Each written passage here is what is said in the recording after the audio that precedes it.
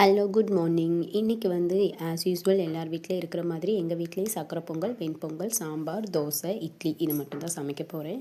So நான் காலையில் எழுந்திரிச்சி வந்த உடனே பொங்க பானையில் வந்து அரிசி கழுவி தண்ணி ஊற்றி அடுப்பில் வச்சுட்டேன். குளிச்சுட்டு வந்து அடுப்பில் வச்சாச்சு. அதுக்கப்புறம் ஒரு குக்கரில் வந்து சாம்பாருக்கு பருப்பு வேக போட்டுட்டு, இன்னொரு குக்கரில் வெண்பொங்கலுக்கு தாளித்து விட்டுட்டு, அப்புறம் தம்பிக்கு வந்து வடச்சட்டியில் வந்து கார சட்னி வதக்கி விட்டுட்டு, சாம்பாருக்கு தேவையான காய்கறி எல்லாமே நான் வந்து கட் பண்ணிகிட்டு இருந்தேன். பொங்கல் வந்து நல்லபடியாக பொங்கிருச்சு. ஏன் இந்த வருஷம் கேஸ் அடுப்புலனா, நம்ம வீட்டில் வந்து பெரிய பாப்பா வந்து கொஞ்சம் பெரிய பொண்ணு ஆயிட்டாங்க. ஸோ அதுக்காக தான் வந்து வைக்கக்கூடாது, சாமிக்கு வந்து படைக்கக்கூடாது அப்படின்னு சொன்னனால இந்த வட்டம் வந்து கேஸ் அடுப்பில் வச்சு முடிச்சாச்சு. அப்புறம் பெரியவனுக்கும் சின்னவனுக்கும் தோசை ஊற்றி கொடுத்து சாப்பிட வச்சுட்டு, வெண்பொங்கல் தாளித்து விட்டுட்டு, அதுக்கப்புறம் வந்து சக்கரை பொங்கலும் இறக்கி வச்சாச்சு. ஸோ எல்லோரும் நல்லா சாப்பிட்டு திருப்தியாக நல்லா இன்றைக்கி நான் தூங்கிட்டேன். எல்லாருமே தூங்கிட்டோம். ஒரு 3 ஹவர்ஸ் தூங்கியாச்சு.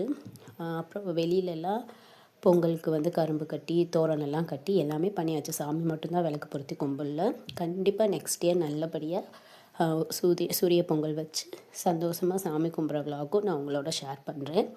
அப்புறம் சேனல் பிடிச்சா சப்ஸ்கிரைப் பண்ணுங்கள், கமெண்ட் பண்ணுங்கள். வியூஸ் வந்து போகுதுன்னு தெரியாமல் சொல்லிட்டே வியூஸ் அப்படியே டவுன் ஆகிடுச்சு.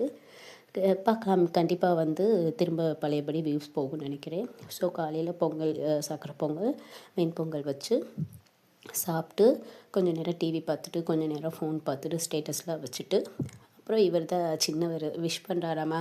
Okay, happy Pongal to all.